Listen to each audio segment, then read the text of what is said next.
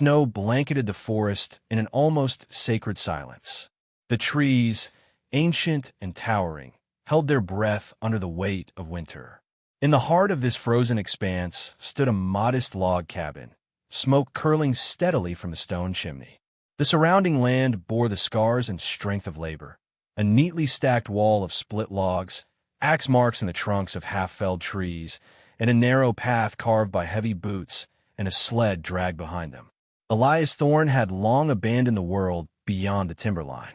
At 43, his days had blurred into a cycle of sweat, wood, fire, and silence. Once a man of the city, educated, married, even sociable, he had vanished from his former life like smoke on the wind. The loss of his wife during childbirth had hollowed him out. Her death was one thing, but it was the baby, the small bundle of breathless stillness in the midwife's arms, that had ripped Elias in two. Grief made him a ghost. Guilt made him run. So he came to the woods. 10 years passed, and Elias's name fell from tongues. He kept no company, save the occasional trade with wandering trappers or nearby settlers. He rarely went to town, not because he was unwelcomed, but because he no longer cared to be known. Life had become a rhythm. Chop wood, haul water, mend boots, drink alone, dream rarely. But something unexpected stirred that rhythm on the coldest evening of that bitter December. A wagon's wheels creaked through the fresh snow. The rhythmic crunch of hooves and the swish of leather harnesses cracked the hush like thunder. Elias, axe in hand, peered from behind his chopping stump, eyes narrowing. From the shadows of pine and frost emerged a figure, grizzled, wiry, and dusted in snow. Jack Carver was a peddler and a gambler, known more for lies than goods, and even Elias had traded with him once or twice in previous winters. What caught Elias's attention wasn't Jack's presence, but who walked beside the wagon. A young woman, barefoot, wrapped in a threadbare shawl. Her swollen belly was unmistakable even beneath her frayed dress. Her head was downcast, hair tangled, and one arm clutched at her side as if holding in her breath or holding back a scream. The sight was out of place, wrong against the white silence of Elias's world. Jack dismounted with his usual gruff confidence. "Evenin', Thorne," he drawled, tipping his weather-beaten hat. "Hope you've still got a fire burning." "Got myself a proposition." Elias stepped forward slowly, axe lowered but not discarded. "What kind of proposition?" His voice was gravel, rarely used and never wasted. Jack gestured toward the girl. "She's your kind now. Hard worker, quiet, don't ask for much. Don't got nowhere to go and a belly near to burst. Her brother sold her me in Dry Creek last week for $4 and a bottle of rye. Can't keep her. You look like a man who could use a little company." Elias's jaw tightened. "She's not a stray dog." Jack chuckled darkly, tossing a small burlap sack into Elias's hands. It clinked with coins. "That's the rest of her price, in case you're sentimental. I'm just here to pass her along. You want her safe, warm, and fed? That's on you now." The girl didn't look up, didn't flinch, didn't cry. Her eyes remained cast down, hands gently pressed to the child stirring inside her. Elias looked at her, really looked, frostbit at her fingers, bruises marred her arms, and there was a quiet resignation about her, like someone long past fear. She was young, maybe 19, maybe less. "What's your name?" Elias asked her. It took a moment, but her lips moved. "Mara," she said, barely louder than the wind. Jack nodded. "She speaks when spoken to. You like her?" Elias turned sharply. "Get off my land." Jack smirked, but he saw the steel in Elias's eyes and didn't argue. He tipped his hat again, mounted his wagon, and turned around. As the wheels vanished into the snow, Mara stood still as a tree stump, barely shivering despite the cold. Elias stared at her. The wind howled. "You'll freeze out here," he muttered. She didn't respond. He sighed and gestured toward the cabin. "Come on, there's food inside." Mara moved slowly, limping slightly, and stepped across the threshold of Elias's solitude. She said nothing more that night, curling beside the fireplace like a shadow. Elias gave her stew and a blanket. She ate without looking at him and fell asleep without thanking him. He didn't ask for thanks. For the first time in years, he didn't sleep. He watched the fire and the girl and listened to the howling wind carry away the silence he'd come to trust. The days that followed were heavy with unspoken questions. Mara was cautious but obedient. She cleaned what she could, sat near the fire, and spent long hours just staring at the trees beyond the window. Elias didn't ask for details. He wasn't sure he wanted them, but he did notice things. She flinched at sudden movements. She woke from nightmares, though she never screamed. Her hands, when not on her belly, trembled as if memory alone chilled her. Once, when Elias accidentally dropped the kettle, she crouched and shielded her head instinctively.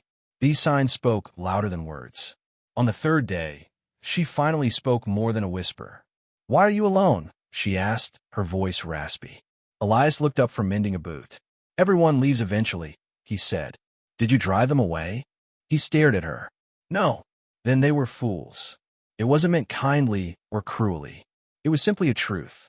Elias couldn't help but raise an eyebrow. "Who sold you?" he asked. "My brother," she said. "He owed money. Said I was the only thing he had left that anyone wanted."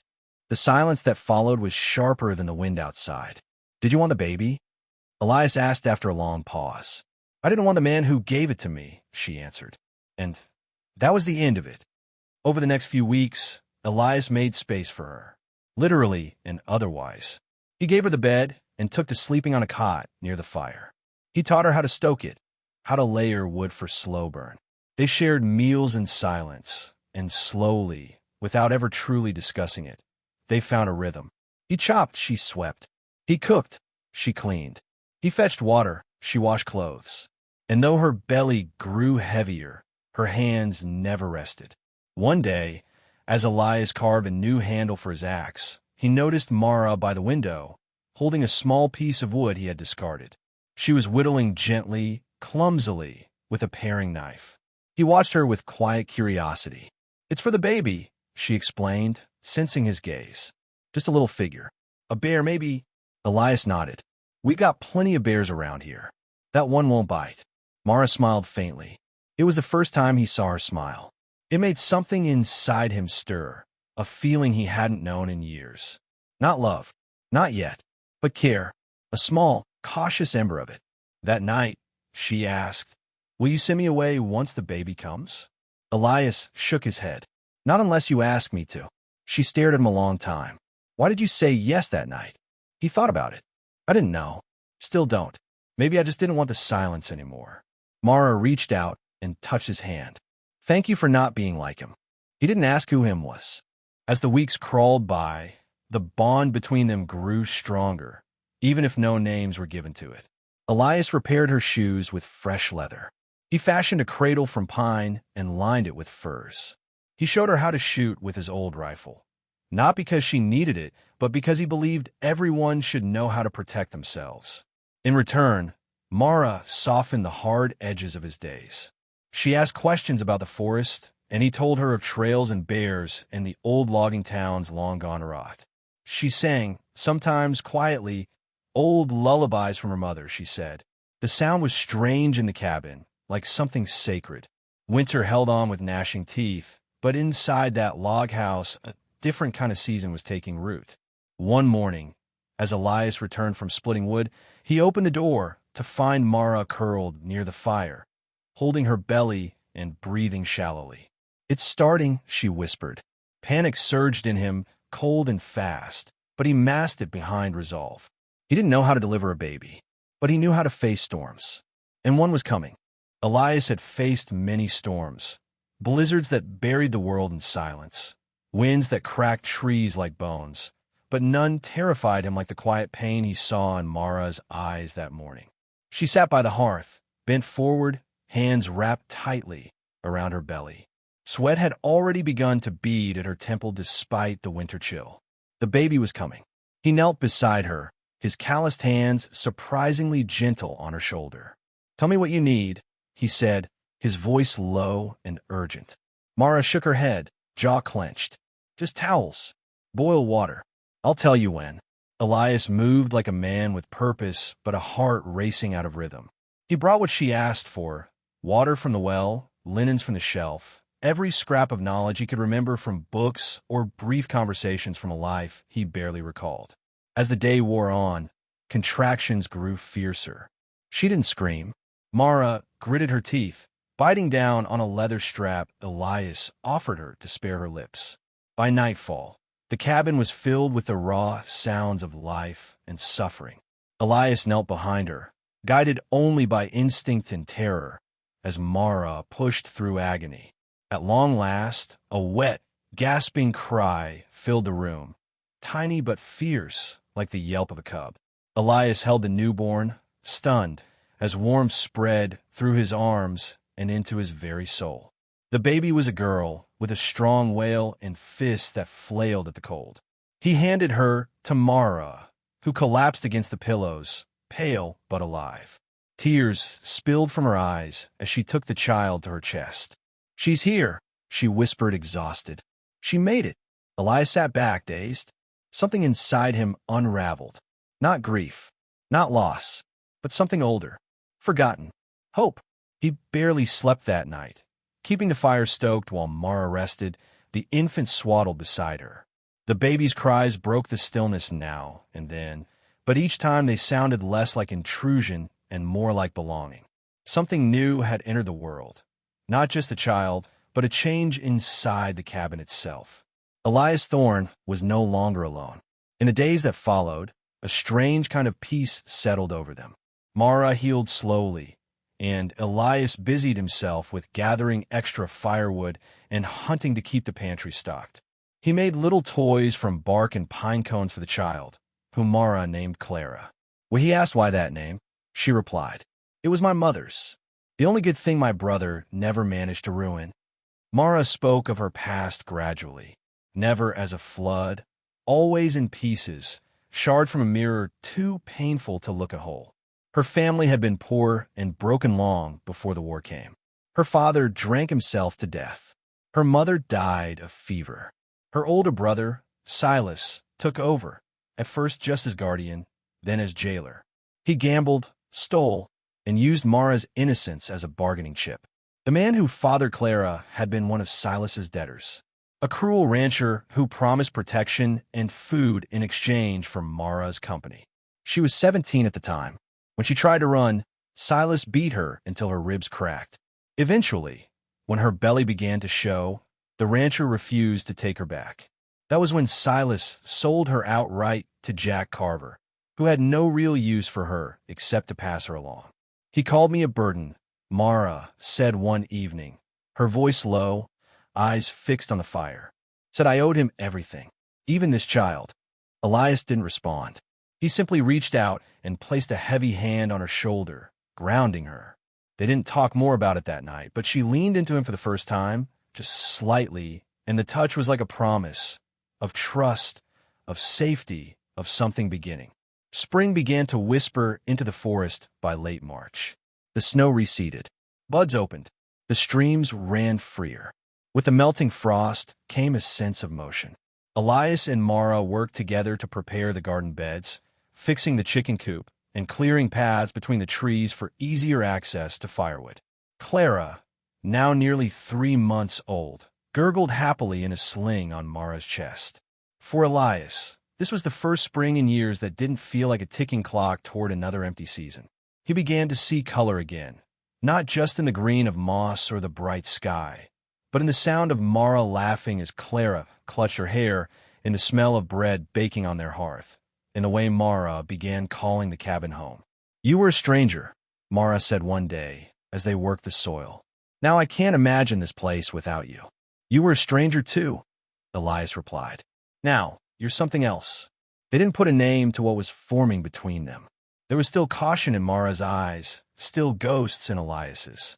But there was also fire, and it warmed them both. One afternoon, Elias was deep in the woods, felling a stubborn cedar, when he heard the unmistakable sound of a rifle shot.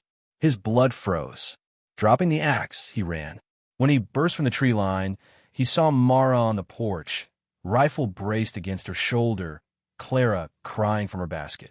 A man stood a dozen yards away on horseback, rough-looking, armed, and scowling. "I missed on purpose," Mara called. "Next time I won't." Elias stepped forward, placing himself between Mara and the rider. "You lost?" he asked coldly.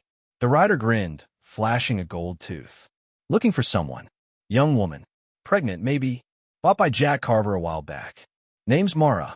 Her brother's real keen on finding her." Elias's fists clenched. "She's not here." The man spat on the ground. "You sure? He said she'd be up this way. Wants his property back. Sent word from Dry Creek." "She's not property," Elias growled. "She's not going anywhere." The rider eyed him. "You gonna stop me, old man?" Elias stepped closer. "Try me." The standoff hung in the air like thunder. Eventually, the rider smirked again. "This ain't over." Then he turned his horse and rode off. Elias turned to Mara, whose face had gone pale. She hugged Clara tightly. "He'll be back," she said. "And next time, he won't ask politely." They spent the next few days fortifying the cabin. Elias dug out old bear traps and hid them near the tree line. He carved stakes and reinforced the doors.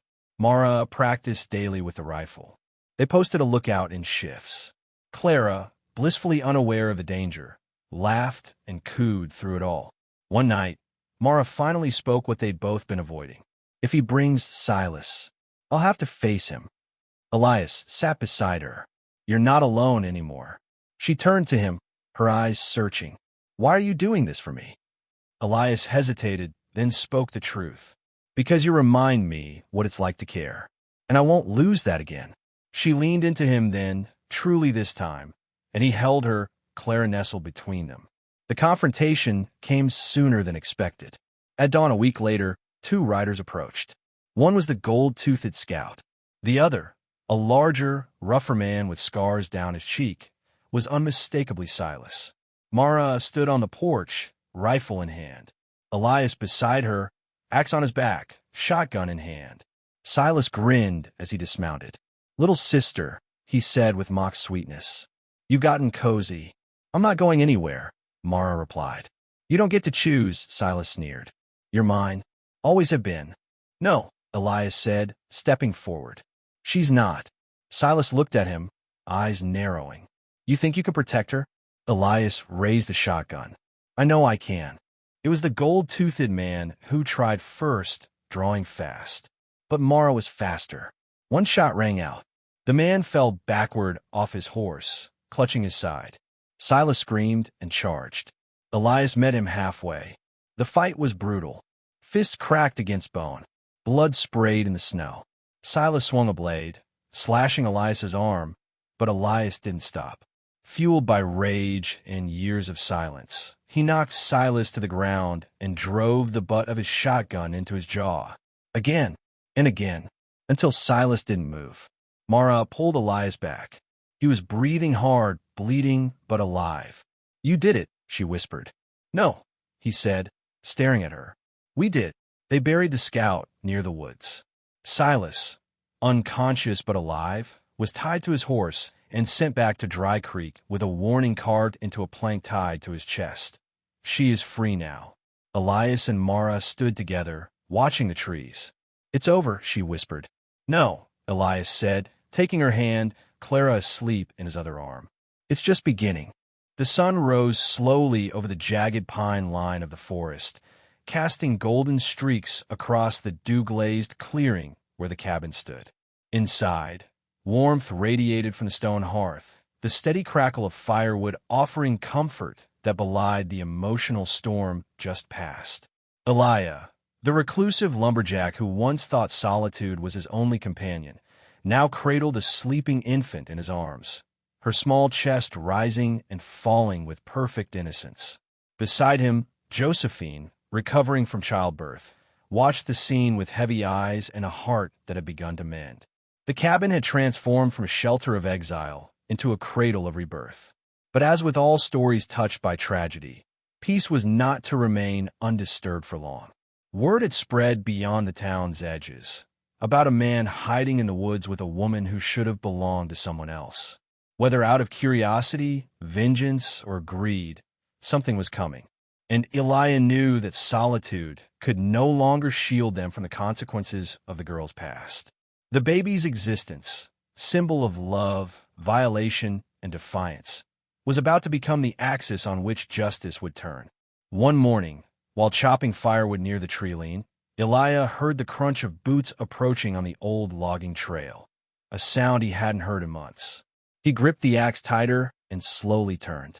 3 figures emerged from the fog. At the front walked Cole Markham, Josephine's brother, the same man who had sold her to Elijah under the pretense of protecting her.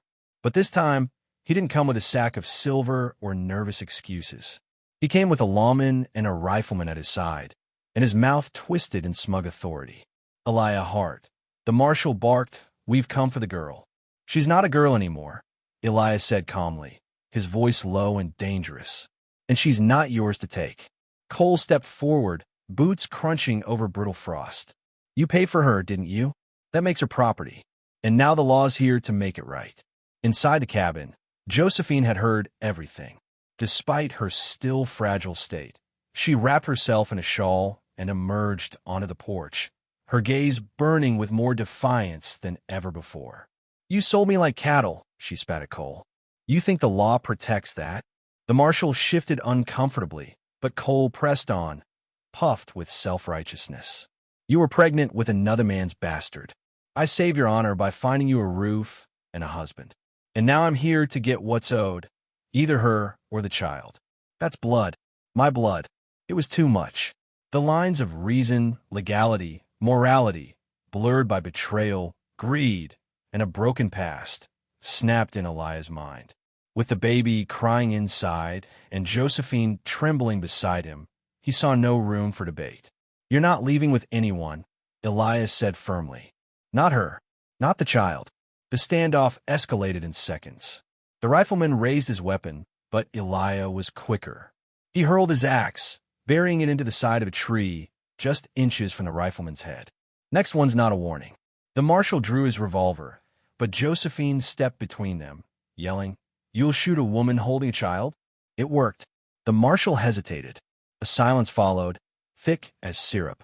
The marshal, a man clearly torn between law and conscience, finally lowered his weapon. "This doesn't sit right," he muttered. "But a claim's been made. If you want to challenge it, take it to a judge." Cole snarled. "She can't show her face in town. You think anyone will listen to her kind of story?" Josephine straightened, lifting her chin. "Then I'll give them a reason to." That night, they packed supplies, bundled the baby, and prepared the old wagon Elijah had long left unused. The road back to town would take them 3 days. Along the way, they slept beneath the stars and discussed what it meant to build a future.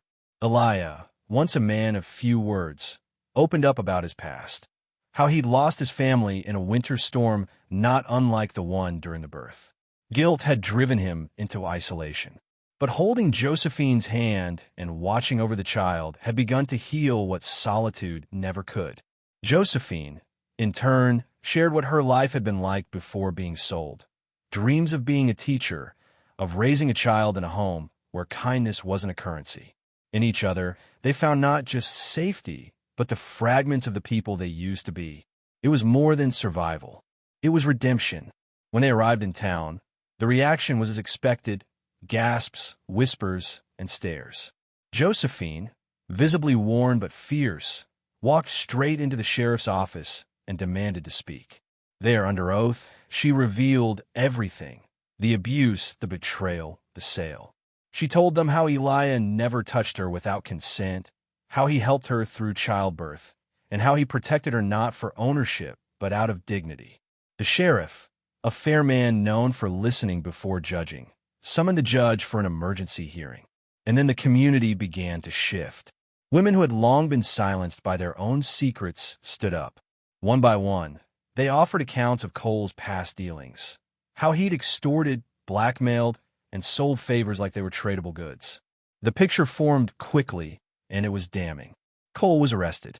The lawman who had once stood beside him offered a quiet apology to Elijah before tipping his hat and walking away. The trial became a landmark moment for the town. It wasn't just about Cole. It was about how justice, too long in the hands of those who could manipulate it, was finally being reclaimed by those who had suffered under it. The judge ruled that Josephine was never legally married, that the transaction was unlawful, and that the child was hers alone. Eliah's name was cleared, and more importantly, his soul was too. Months passed. Spring arrived, and with it, color returned to the forest. The cabin, once a refuge from grief, now echoed with baby laughter and the aroma of shared meals.